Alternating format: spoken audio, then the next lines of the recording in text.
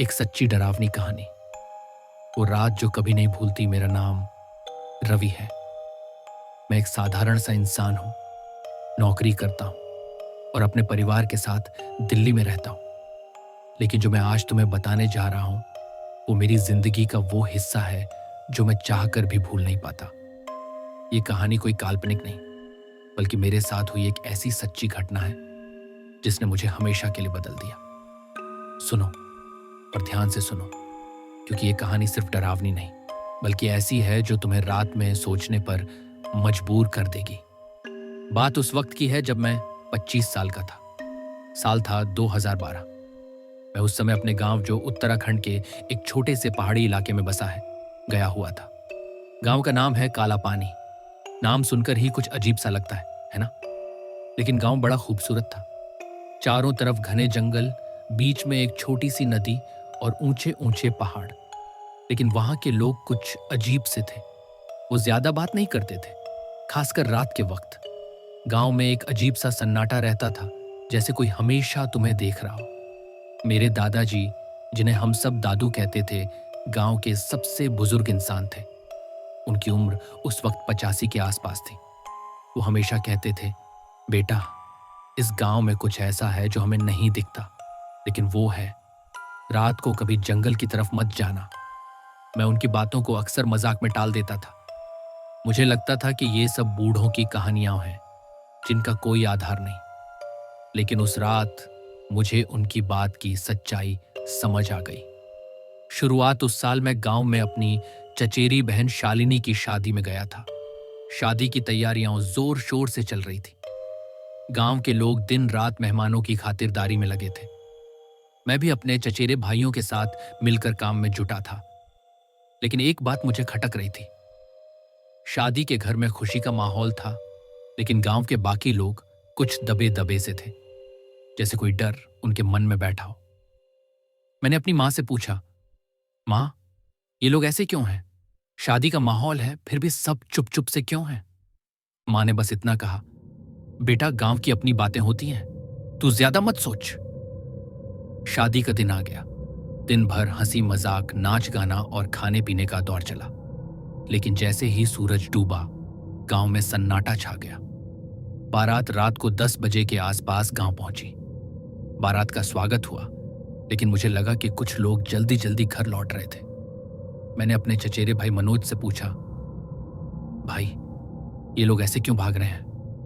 मनोज ने हंसते हुए कहा, अरे, गांव की आदत है, यहां रात को लोग जल्दी सो जाते हैं। लेकिन उसकी हंसी में एक अजीब सा डर था। रात के 12 बजे के आसपास जब बारात खाना खा रही थी, मैंने अपने दोस्तों के साथ थोड़ा बाहर निकलने का फैसला किया।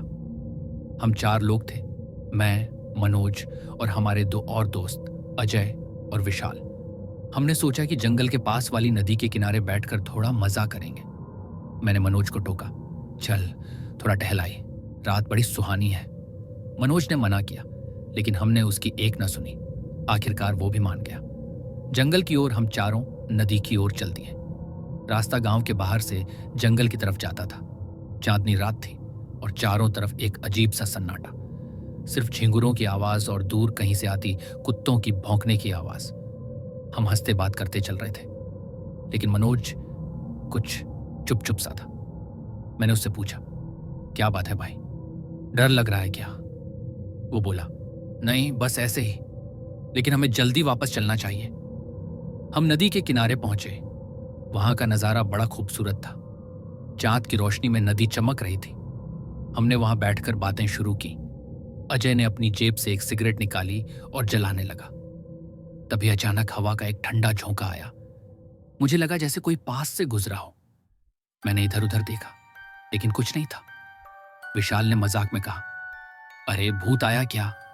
हम सब हंस पड़े, लेकिन मनोज का चेहरा पीला पड़ गया। पहला संकेत कुछ देर बाद हमें दूर से एक अजीब सी आवाज सुनाई दी, जैसे कोई औरत रो रही हो। आवाज इतनी दबी थी कि समझ नहीं आ रहा था कि वो पास से आ रही है या दूर से। मैंने मनोज से पूछा, ये क्या है? उसने कहा, पता नहीं, शायद कोई जानवर होगा, चलो वापस चले। लेकिन अजय ने कहा, अरे रुक तो, देखते हैं ना क्या है। मैं भी उत्सुक था, सो मैंने भी हाँ में हाँ मिलाई। मनोज ने बहुत मना किया, लेकिन हमने उसकी एक न सुनी। हम उस आवाज की दिशा में चलने लगे। जंगल गहरा होता जा रहा था और चांद की रोशनी भी अब कम होती जा रही थी। पेड़ों की घनी छांव में अंधेरा गहरा था। आवाज अब और साफ सुनाई दे रही थी। वो रोने की आवाज थी, लेकिन उसमें एक अजीब सी खनक थी, जैसे कोई गा भी रहा हो। मेरे रोंगटे खड़े हो गए। मैंने अजय से कहा, भाई कुछ गड़बड़ है, वापस चलें। लेकिन अजय बोला, अरे डर मत, बस थोड़ा और चलते हैं। वो भयानक मुलाकात हम एक छोटी सी खुली जगह पर पहुंचे, जहां चैत की रोशनी सीधे जमीन पर पड़ रही थी। वहां एक बड़ा सा पेड़ था और उसके नीचे एक औरत खड़ी थी। उसकी पीठ हमारी तरफ थी। वो लंबे काले बालों वाली थी और उसने एक सफेद साड़ी पहनी थी। वो धीरे धीरे हिल रही थी, जैसे कोई नाच रही हो। उसकी आवाज अब साफ सुनाई दे रही थी। वो रो रही थी, लेकिन उसका रोना किसी गीत जैसा लग रहा था। मेरा दिल जोर जोर से धड़क रहा था। मनोज ने मेरी बांह पकड़ ली और फुसफुसाया, रवि ये वो है, चल भाग यहां से। मैंने पूछा, कौन वो? लेकिन उसने जवाब नहीं दिया। अजय और विशाल भी अब डर गए थे।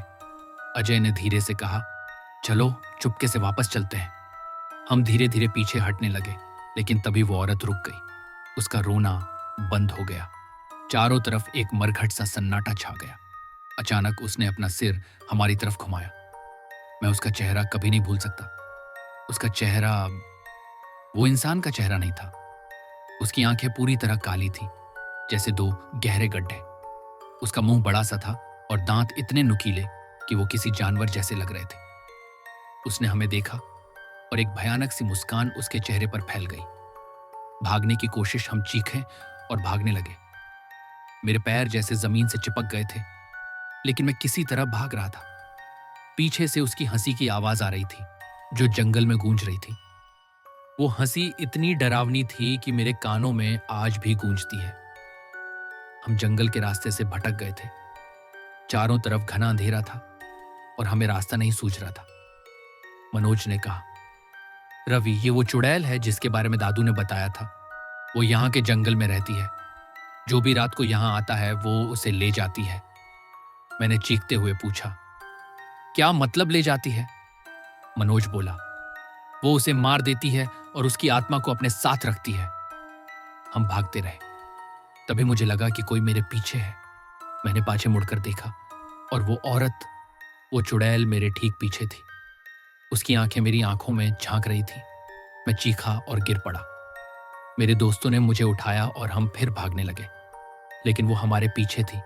उसकी हंसी, उसकी सांसें, सब हमें सुनाई दे रहा था। गांव की ओर किसी तरह हम गांव की सीमा तक पहुंचे। वहां एक छोटा सा मंदिर था जो गांव के प्रवेश द्वार पर बना था। मनोज ने चीख कर कहा, मंदिर में घुस जाओ, वो वहां नहीं आ सकती। हम मंदिर की सीढ़ियों पर चढ़े और अंदर घुस गए। मेरी सांस फूल रही थी और मेरा दिल इतनी जोर से धड़क रहा था कि मुझे लगा कि मैं मर जाऊंगा। हमने मंदिर के दरवाजे बंद कर दिए। बाहर से उसकी हंसी की आवाज अभी भी आ रही थी। वो दरवाजा खटखटा रही थी और उसकी आवाज हमें बुला रही थी। वो कह रही थी, आ जाओ, मेरे साथ आ जाओ। उसकी आवाज में एक अजीब सा जादू था, जैसे वो हमें अपनी ओर खींच रही हो। लेकिन हमने हनुमान चालीसा पढ़ना शुरू कर दिया। दादू हमेशा कहते थे कि हनुमान जी की कृपा से कोई बुरी शक्ति पास नहीं आ सकती। कुछ देर बाद आवाज बंद हो गई। हमने दरवाजा खोलने की हिम्मत नहीं की। पूरी रात हम मंदिर में ही बैठे रहे। सुबह जब सूरज की पहली किरण मंदिर में आई, तब जाकर हमने बाहर झांका। बाहर कुछ भी नहीं था, न कोई चुड़ैल, न कोई आवाज। लेकिन जंगल की तरफ देखने की हिम्मत किसी में नहीं थी। गांव की सच्चाई, जब हम गांव वापस पहुंचे तो दादू ने हमें देखते ही समझ लिया कि कुछ गड़बड़ हुई है। उन्होंने हमें अपने पास बुलाया और पूरी बात सुनी। फिर उन्होंने जो बताया वो सुनकर मेरे होश उड़ गए। दादू ने बताया कि कई साल पहले गांव में एक औरत रहती थी जिसका नाम था माया। वो बहुत सुंदर थी, लेकिन लोग कहते थे कि वो जादू टोना जानती थी। गांव के कुछ लोगों ने उस पर चोरी का इल्जाम लगाया और उसे जंगल में ले जाकर मार डाला। लेकिन मरने से पहले उसने गांव को श्राप दिया कि वो कभी नहीं मरेगी। और हर उस इंसान को ले जाएगी जो रात को जंगल में आएगा। तब से गांव में कोई भी रात को जंगल की तरफ नहीं जाता। दादू ने कहा, तुम लोग बहुत किस्मत वाले हो जो बच गए। वो चुड़ैल किसी को नहीं छोड़ती, लेकिन मंदिर की शक्ति ने तुम्हें बचा लिया। आज भी वो डर, उस रात के बाद मैंने कभी उस गांव में रात नहीं बिताई। शादी के बाद मैं तुरंत दिल्ली वापस आ गया, लेकिन वो रात, वो चुड़ैल का चेहरा, उसकी हंसी, सब मेरे दिमाग में बसा हुआ है। मैं आज भी रात को अकेले बाहर नहीं निकलता। जब भी कोई जंगल या रात की बात करता है, मेरे रोंगटे खड़े हो जाते हैं। कभी कभी मुझे लगता है कि वो चुड़ैल अभी भी मेरे पीछे है। रात को जब मैं सोता हूं तो मुझे उसकी सांसें सुनाई देती हैं। शायद वो मेरा इंतजार कर रही है। शायद वो कभी नहीं भूलेगी कि मैं उस रात जंगल में गया था। तो दोस्तों, ये थी मेरी कहानी। तुम चाहो तो इसे एक कहानी समझ सकते हो, लेकिन मेरे लिए ये एक हकीकत है। और अगर तुम कभी काला पानी गांव जाओ तो याद रखना, रात को जंगल की तरफ मत जाना, क्योंकि वो अभी भी वहां है, इंतजार कर रही है किसी का